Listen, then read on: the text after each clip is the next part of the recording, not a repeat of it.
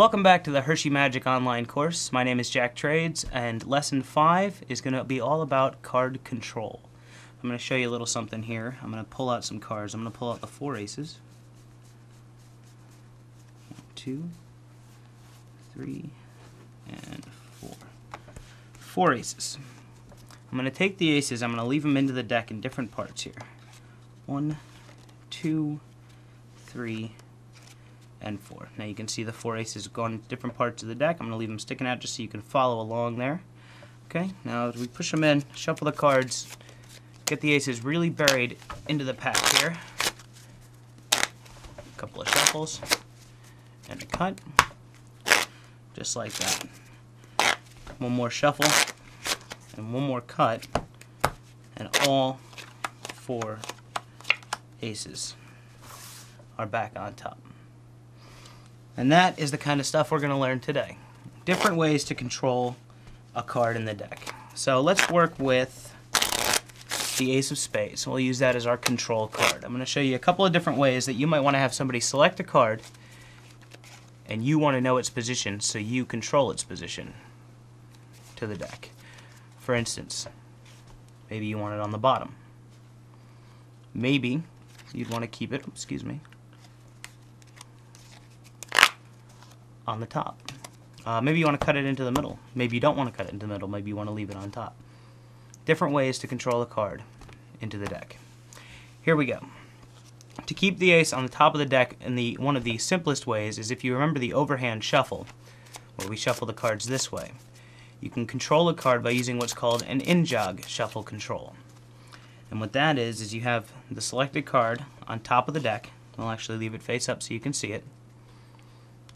Put the cards into your overhand shuffle position. Shuffle a block of cards into your left hand, like this.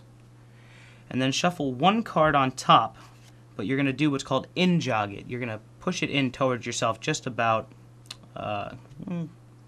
quarter of the card's length. When you get better at it, you can do it much smaller, but just for explanation purposes, one card on top, in-jog just a little bit closer to you. Shuffle the rest of the cards on top, normally, like that. You've got this one card in-jogged. Take your right thumb and push up on that card. And you'll see what happens. When you push up on that card, it separates the 2 halves of the deck, like this. See the ace? So when I push up on that card and square everything together, I've now got a nice big break over the 2 halves of the deck. I'm just going to shuffle the top stock of the cards into the hand and then drop that last packet back on top, controlling the ace to the top of the deck. We'll do it one more time. Shuffle a small block of cards into your hand, in-jog 1, shuffle the rest on top like this, push up on that in-jogged card, separating the 2 halves, shuffle down the top half, and drop that last block on top. At speed, it would look kind of like this.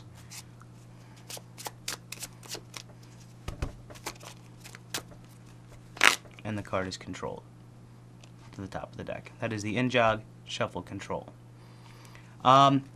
If you'd like, you can have a card controlled to the top of the deck simply by having them put the card on the top of the deck and making them believe that you've cut the card into the center of the pack, which of course I did not, by using a very simple false table cut. What we're going to do there is, if you remember the swing cut, and if you don't, a swing cut is this. Hold the cards in the biddle grip position with the index finger lift up on this corner here next to the middle finger, about half the pack, and swing with your pointer finger. Swing that into this hand. Now to complete that cut, we would normally just drop this on top. But because we're going to do a false cut, what we're going to do is we're going to swing the top half into this hand and lay the bottom half down, and then just replace the top back to it. So we actually haven't changed the order of anything, but when done at speed, it looks like we've cut the cards. And of course we have it. So let's do that one more time. Take the cards into biddle grip, swing the top half to the left hand, drop the lower half to the table, drop the second half on top, just like that.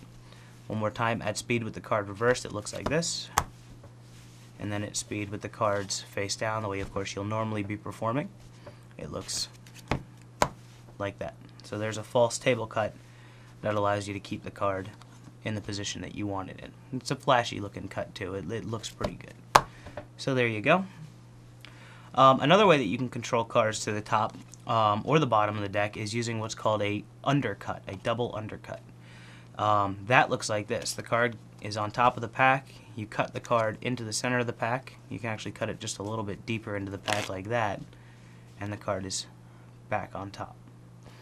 That control is done by holding the cards again in a biddle grip. Swing cut about half the deck into your right hand, left hand this time. When you close the pack up, you're going to keep again a thumb break in the back, separating the two halves of the deck. The half that you're going to control back to the top and the half that you've put on top of the deck. So swing cut, pick up the whole deck, keeping a thumb break in the back. Now what you're going to do is with that thumb break, the bottom half you're going to break in half and let half the cards fall into the left hand and put those back on top, and then let the other half at the break fall into the left hand and bring that to the top. Square everything up and the card is controlled. But it looks like you're cutting the cards into the center, maybe even cutting them just a little bit deeper into the pack, when in reality you're just reversing everything that you've just done. So one more time. Card on the top, swing it over, pick up everything, keeping the thumb break, half the bottom pack to the top, the other half of the bottom pack to the top. That's a double undercut control. Okay. Another easy way to do it would be to have a card selected, return to the pack, and then if you really want it to be convincing, you can do the false cut that we just learned, and you can follow it up with shuffling the cards. If you shuffle the cards like this, you can still retain the card to the top. Now how do we do that? It's actually very simple. Even without the false table cut, have a card taken, returned back, split the deck in half. Now you've got their card here. When I shuffle the cards, just let that card fall last. If we do it exposed, it's just simply shuffling the cards and holding back that last card so that it falls on top, never changing the order. Now the best way to do this is to have the card taken, return back, shuffle, keep it on top, and then follow it up with that false cut. And it looks like you've shuffled and cut the cards, and the card is retained on top. Now, why would we want to retain cards to the top of the deck? Like, what would be a good application for that? What would we want to learn? Well, I'll show you an interesting trick here where we have cards controlled. Let's see here. Use this card. Use this card. Use this one here. Yeah, we'll use these. Actually, this can be done from shuffled deck, so we'll shuffle it back.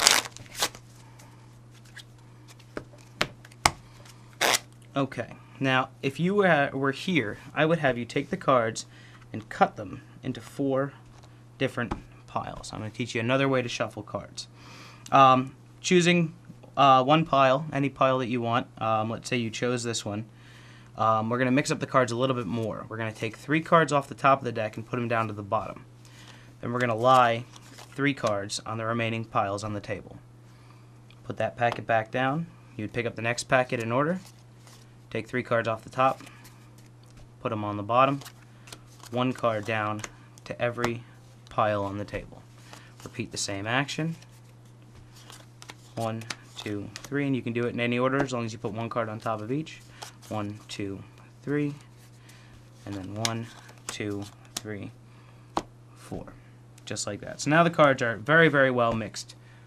Or are they? See, if you actually take a look here, what happened was you have shuffled all 4 aces to the top of each packet.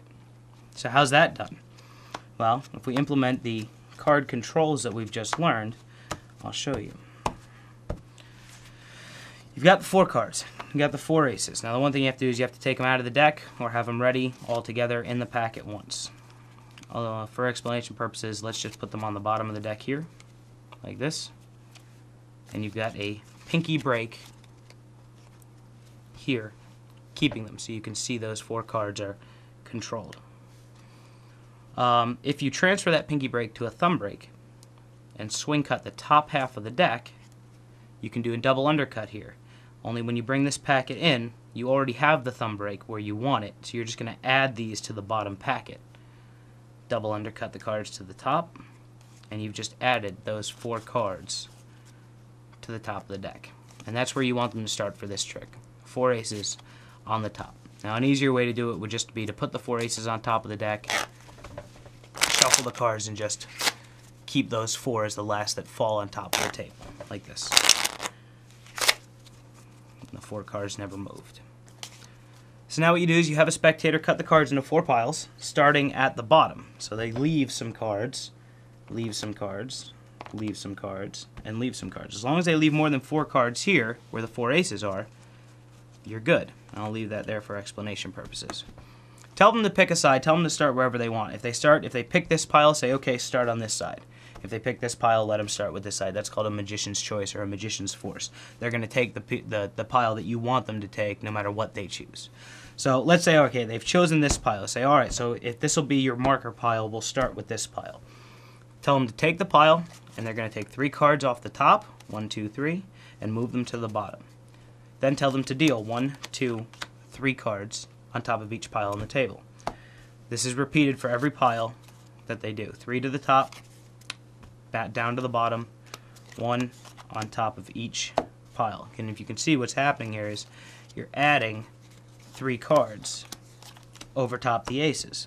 And since every time we do this we take 3 off the top and put them to the bottom, when we get to the end that leaves us with the 1, 2, 3, 4 aces. So that is spectator cuts to the aces. Then there's a way to control the aces on the top so you can keep them where they are. It's a great trick. I highly encourage you to practice and do that one for your friends. They will get a kick out of it. And that is control for lesson 5. Okay, here is the final way, and my favorite way, to control a card to the top of the deck. Suppose you had a card selected and returned to the center of the pack, like this. Imagine without doing a single move, being able to control that card right back to the top. That move is called the classic pass, and we'll go over that in lesson 6. So make sure you come back for that. I'm going to show it to you one last time. See if you can spot it. Leave the card face up this time. Did you see it? We'll learn that next. I'm Jack Trades for Hershey Magic.